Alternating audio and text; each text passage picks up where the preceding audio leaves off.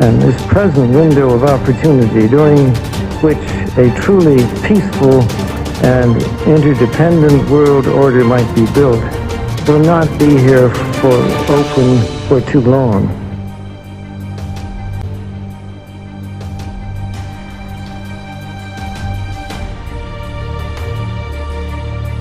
We have before us the opportunity to forge for ourselves and for future generations a new world order, a world where the rule of law, not the law of the jungle, governs the conduct of nations. We'll tell you any shit you want to hear. We deal in illusions, man. None of it is true. But you people sit there day after day, night after night, all ages, colors, creeds. We're all you know. You're beginning to believe the illusions we're spinning here. You're beginning to think that the tube is reality and that your own lives are unreal. You do whatever the tube tells you. You dress like the tube. You eat like the tube. You raise your children like the tube. You even think like the tube. This is mass madness, you maniacs. In God's name, you people are the real thing. We are the illusion.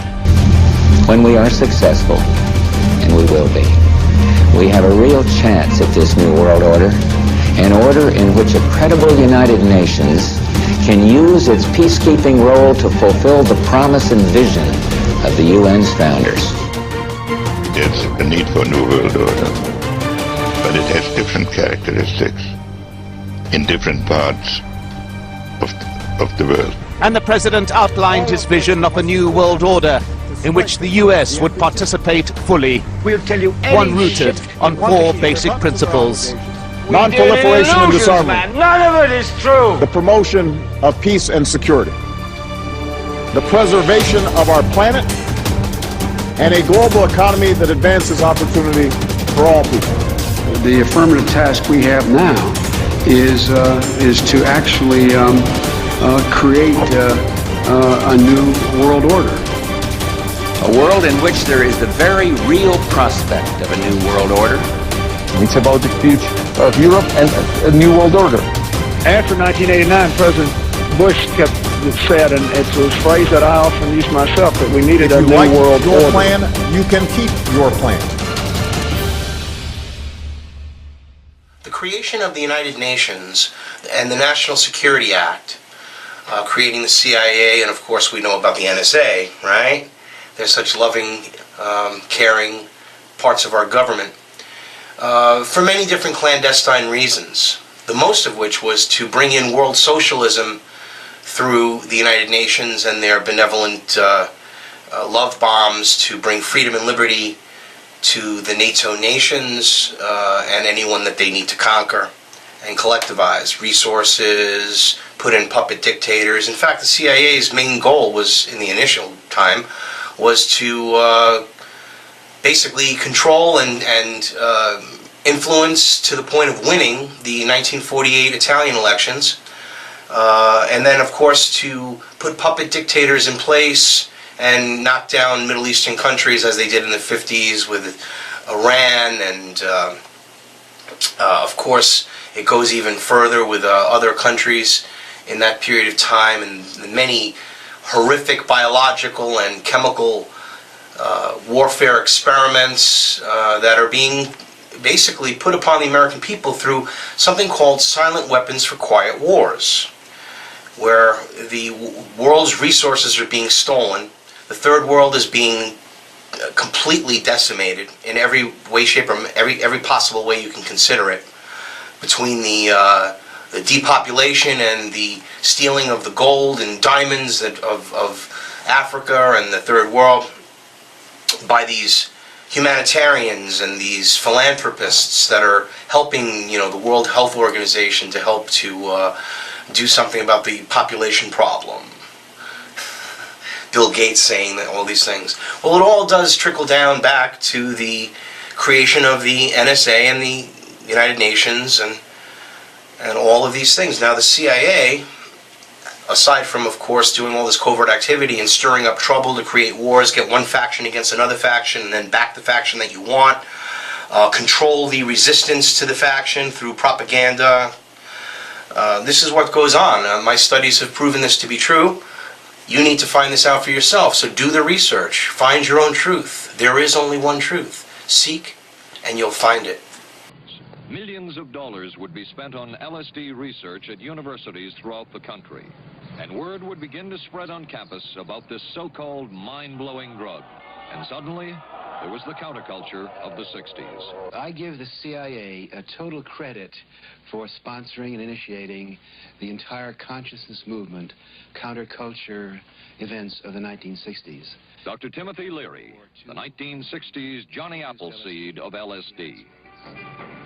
The CIA funded and supported and encouraged hundreds of young psychiatrists to experiment with this drug.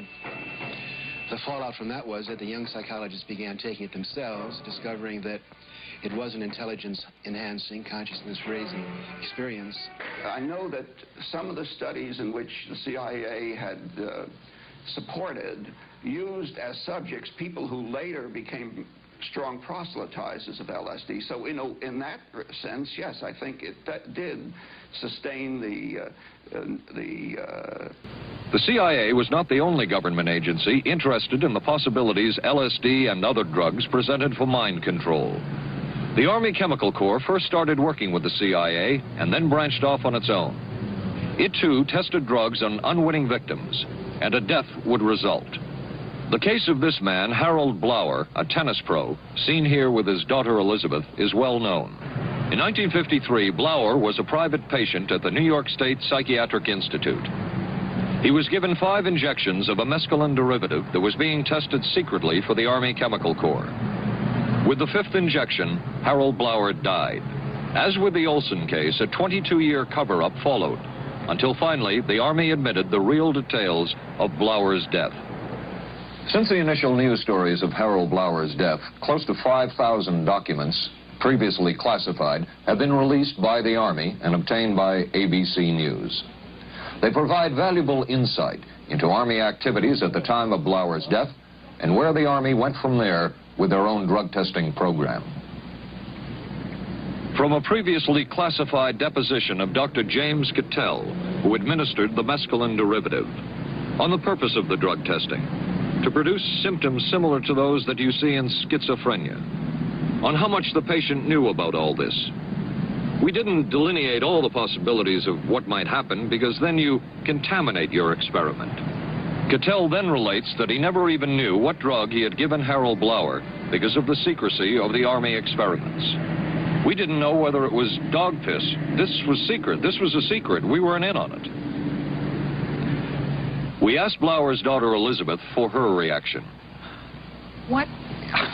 How can anybody react to that? I mean, that is so far from what you'd expect from a human being, never mind a doctor, never mind a professional specialist who's supposed to care about people's minds. It's unbelievable. A suit filed by Elizabeth Barrett against the Army Chemical Corps is now pending in federal court. Other Army experiments continued on mental patients around the country. Work done at the Tulane Medical Center in New Orleans involved several drugs, hallucinogenics, and electrodes implanted in the brain.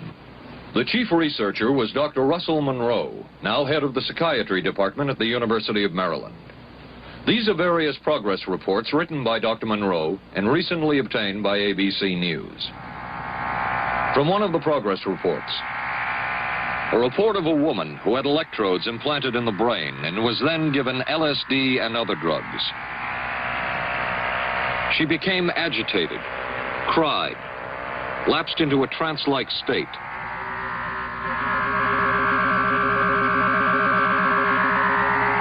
Felt as if she were about to have a convulsion, experienced waves of darkness and light,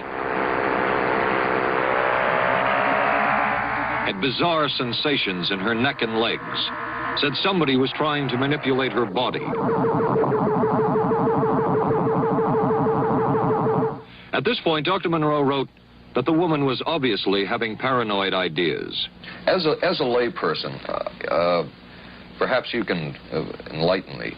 What therapeutic effect would the type of experiment that I just described have on a patient?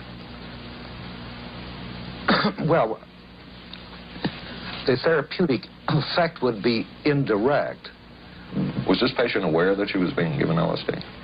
Yes, I mean, they were told that they would be given some medication, and they should have... Specifically LSD? Well, we told them, I don't think that they would have even known what LSD was then at the time. They were told that they were going to they would be given some medication which might make them feel worse. Dr. Monroe, what do you think the Army Chemical Corps was looking for in all of this testing?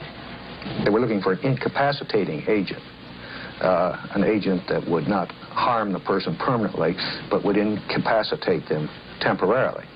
That seemed like a humanistic way to wage a war, if war is necessary. When James Thornwell was given LSD by Army intelligence in 1961, this time it was no experiment. This time the express purpose was to peel back Thornwell's brain to bear any secret within it. This time the Army had gone operational. Thornwell, as reported on ABC last January, was an Army private stationed in Orléans, France. Classified documents were missing from his unit. Thornwell became a suspect.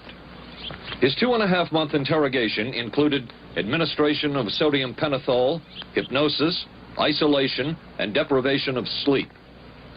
Army documents obtained by ABC News refer to this interrogation as conventional.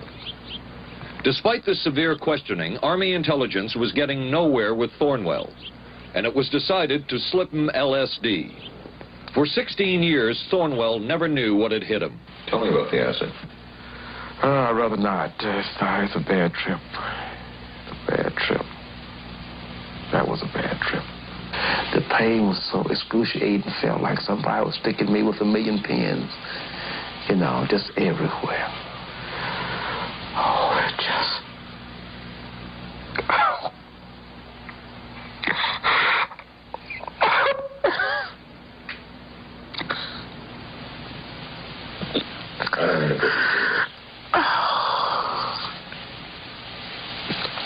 You want to stop for me?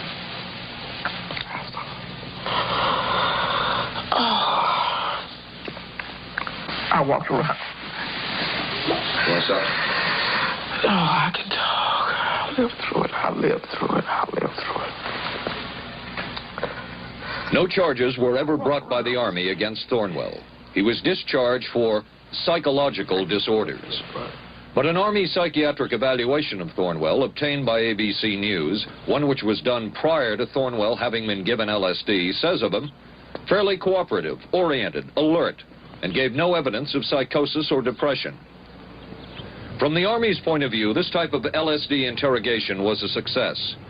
Other documents refer to the exploitability of interrogation subjects, cracking them, keeping them off balance mentally, and providing an economical, speedy, and productive aid to interrogation. From James Thornwell's point of view, it was no success. Thornwell still has serious problems. He's run through 2 marriages. He maintains he can't hold a job, can't concentrate, has nightmares, and feels socially and emotionally isolated.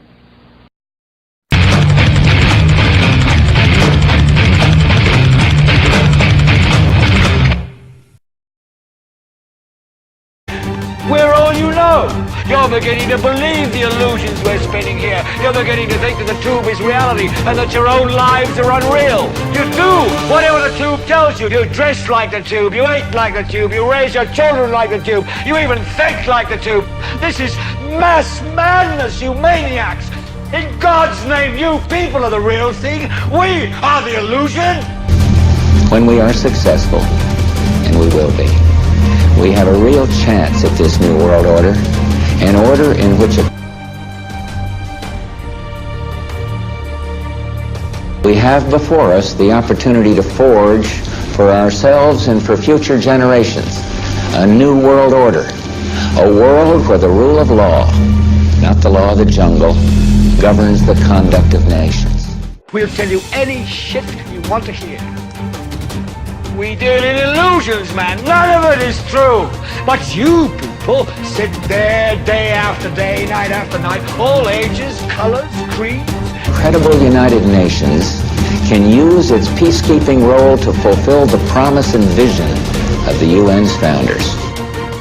there's a need for a new world order, but it has different characteristics in different parts of the world. And the president outlined his vision of a new world order in which the US would participate fully, We'll tell you one rooted on four basic principles.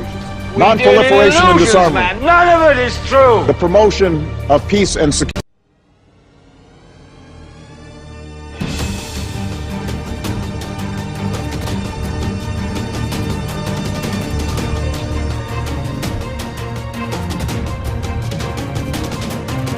And this present window of opportunity during which a truly peaceful and interdependent world order might be built will not be here for too long. Security. The preservation of our planet and a global economy that advances opportunity for all people. The affirmative task we have now is to actually create a new world order. A world in which there is the very real prospect of a new world order. It's about the future of Europe and a new world order. After 1989, President Bush kept said, and it's a phrase that I often use myself,